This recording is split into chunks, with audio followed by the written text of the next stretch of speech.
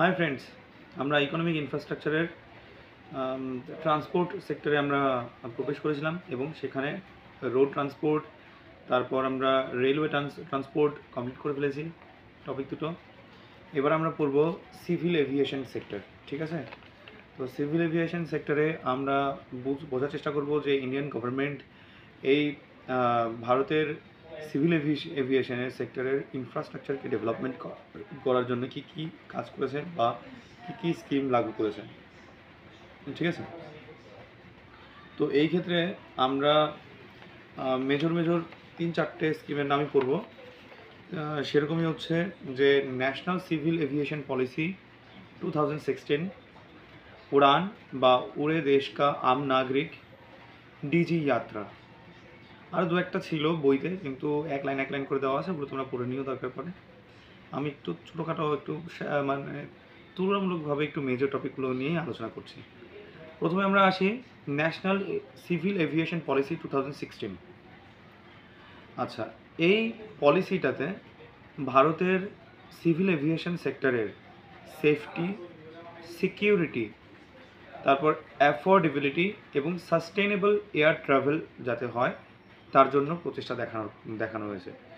Safe মানে কি, সেখানে যেন কোনো ফ্রডলেন্স না হয়, ফ্রড যাতে না হয়, মানে কী বলে মানে ফ্রড বলবো না আমি, বরঞ্চ আমি এটাকে এইভাবে বলবো যে সেফটি মেজার রাখা, মানে ফ্লাইট দুর্ঘটনা যদি ঘটার সময় মানে ইমার্জেন্সি কিছু মানে ব্যবস্থা রাখা, ইমার্জেন্সি দেখা গেলো ইঞ্জিন কাজ করছে না, সেক্ষেত্রে অন্য কোনো সেকেন্ড ইঞ্জিনকে রেডি রাখা।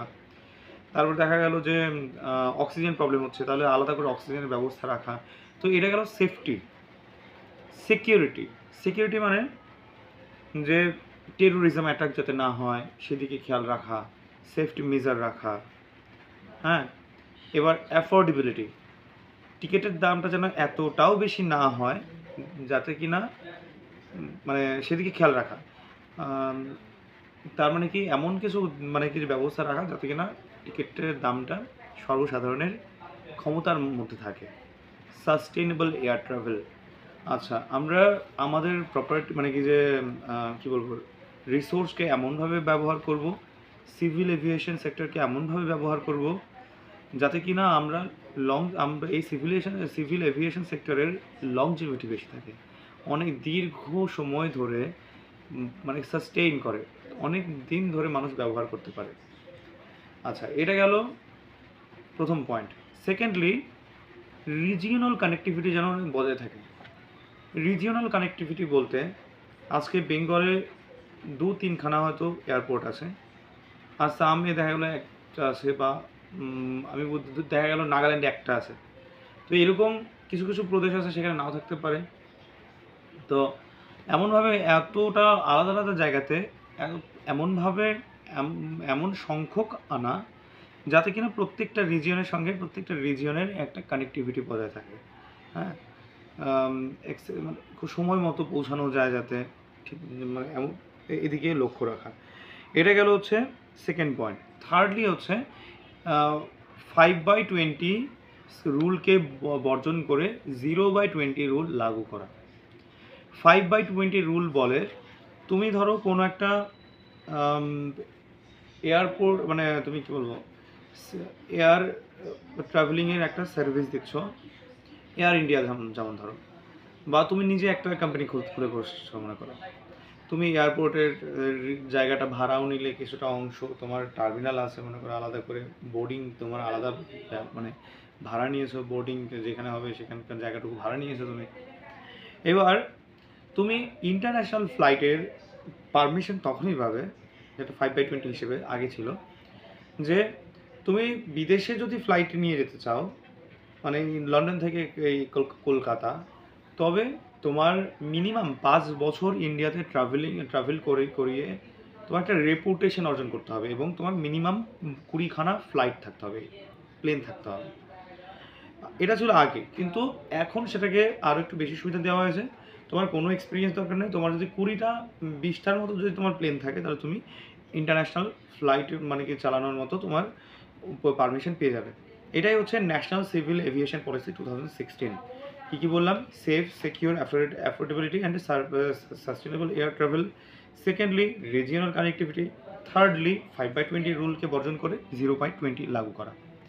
এবার আমরা আসি উড়ান, উড়ে দেশকে আম নাগরিক। আচ্ছা, এই স্কিমে মানে ন্যাশনাল সিভিল এভিয়েশন পলিসি 2016কে এটাকে এক্সটেন্ড করা, যেমন কি রিজিওনাল কানেক্টিভিটি স্কিম বলা হয়।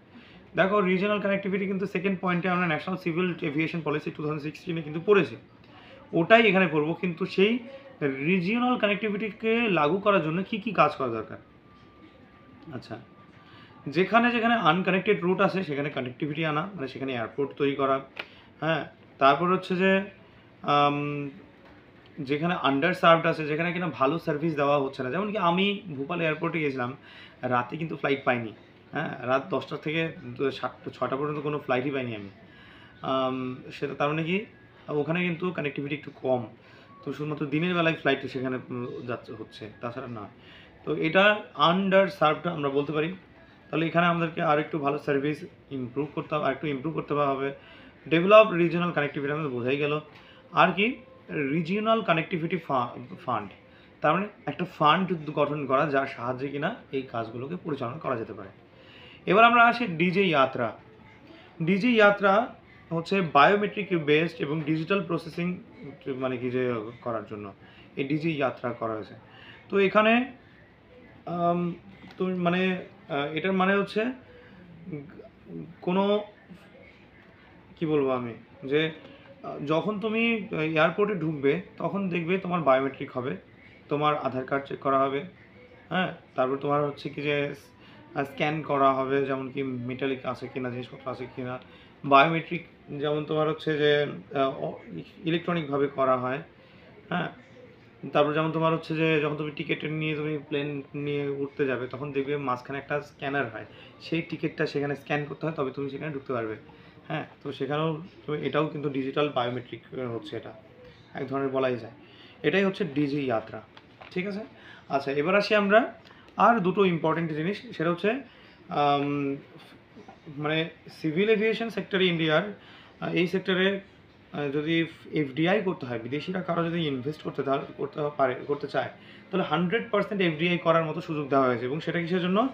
গ্রিনফিল্ড ইনভেস্টমেন্টের জন্য। আচ্ছা, এবার আসি আমরা যে ব্যালেন্স অফ পেমেন্ট চ্যাপ্টারে আমরা পড়েছি, ইনভেস্টমেন্ট দু রকমের হয়, একটা মানে এফডিআই মানে ফরেন ডিরেক্ট ইনভেস্টমেন্ট হচ্ছে কি দু রকমের হতে পারে, একটা হচ্ছে ব্রাউনফিল্ড ইনভেস্টমেন্ট আর একটা গ্রিনফিল্ড ইনভেস্টমেন্ট। ব্রাউনফিল্ড ইনভেস্টমেন্টে যে এক্সিস্টিং যেসব ফ্যাক্টরি বা ইনস্টিটিউট খোলা আছে সেখানে তুমি পয়সা লাগাচ্ছ এবং সেটাকে ডেভেলপ করার জন্য। আর গ্রিনফিল্ড ইনভেস্টমেন্ট সেটাই, যেটা কিনা তো সেরকম কিছুই নেই, তো নতুন একটা ফ্যাক্টরি বা ইনস্টিটিউশন খুলে নিয়ে তুমি সেখানে কাজ করছো।